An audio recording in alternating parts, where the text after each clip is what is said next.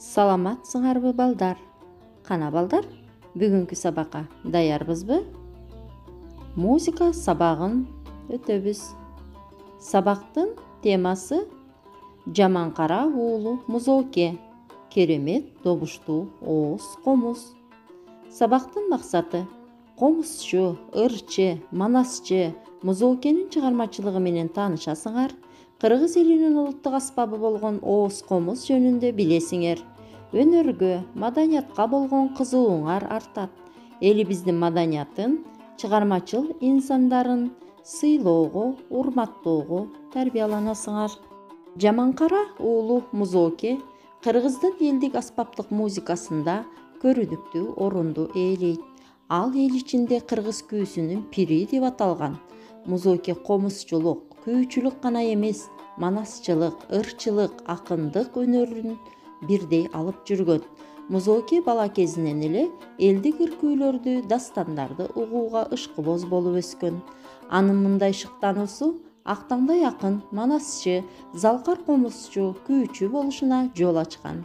Атактуу акын Абдыкалый Чоробаев музоке өз доорундагы комузчуларды алдына чыгарбаган, теңдеши жок комузчу болгондугун айткан. Анын репертуарында эркин тоо, койчулардын коңур ала, такмаза, эки ногой айрылыш, кет буканын туюк күү, каз байыр, коңур каз, жаа толго, керме тоо, үн алыш, муңдуу күү, күкөк менен Зейнеп, Жусуп менен Зулайка, кыз Дарыйка сыяктуу күүлөрү бар. Ал күүлөр бүгүнкү күнгө чейин сакталып келе жатат. Музокенин өзүнө гана мүнөздүү чыгармачылыгы чебер аткаруучулардын, залкар комузчулардын, күүчүлөрдүн катарында экендиги талашсыз. Ал кечкурун отурса обун созуп, булбул сумал таңшыта таң атырган, таңдан отурса талбай күүлдөгөн күү кайрыктарында күн кечкирген таланттуу жан болгон. Керемет добуштуу ооз комуз. Элибиздин байыркы музыкалык аспаптарынын бири балдар бул ооз комуз. Ооз комуздун эки түрү бар: темир ооз комуз жана жыгач ооз комуз. Ооз комуз кайталангыч добуш өзгөчөлүктөрү тембиринин бөтөнчө кооздугу менен айырмаланат. Темир ооз комуз темирден, жезден, күмүштөн, колодон, ал эми тили болсо болоттон жасалат. Бул музыкалык аспаптын эки жаагынын ичке учун тишке тийгизип, аспаптын тилин сөөмөй менен кагып ойноо аркылуу добуш чыгарылат. Өткөн замандарда аспапта көбүнчө кыз келиндер ойношкон. Темир ооз комузду жезден жасалганы да көп кездешет. Ошондуктан аны илгери жез комуз деп да атап келишкен. Аспаптын мындай аталышын Манас эпосунан да жолуктура алабыз. Манаста Каникей эне да ооз комуз каккандыгы айтылат. Каникей эненин кичине кезиндеги аты Сани Рабига болгон. Аны Сани Раби деп да аташкан. Кыз чыгып тосуп кылкылдап, желбиреп сүйлөп Сани кыз, жез комуздай шыңкылдап деп Манастан үзүндүлөрдү айтсак болот. Жыгач ооз комуз. Тили менен жаагы бирге жыгачтан жасалган жалпак аспап. Жыгач ооз комуз негизинен сары жыгачтан, башкача айтканда шилбиден, бөйрө карагаттан, чычырканактан, каттуу бадалдардан, аса муса бадалынан жасалат.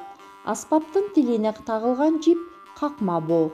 Тил менен жаактарды бириктирген түпкү жагындагы көзөнөккө акак шуру тагылып, чачылган жип түймө боо деп аталат.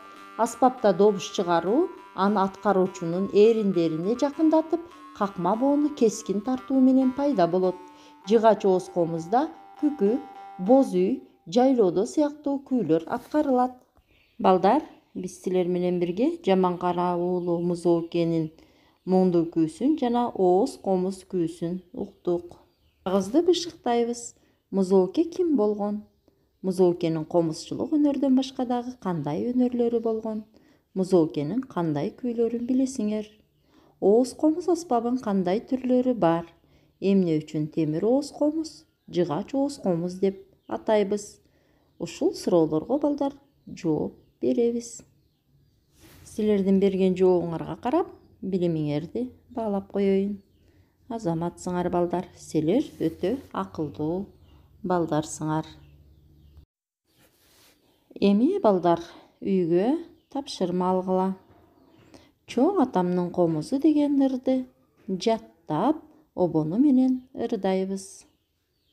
Ушуну менен сабагыбыз аягына чыкты. Келерки сабакта саламдашканча саламатта болгула.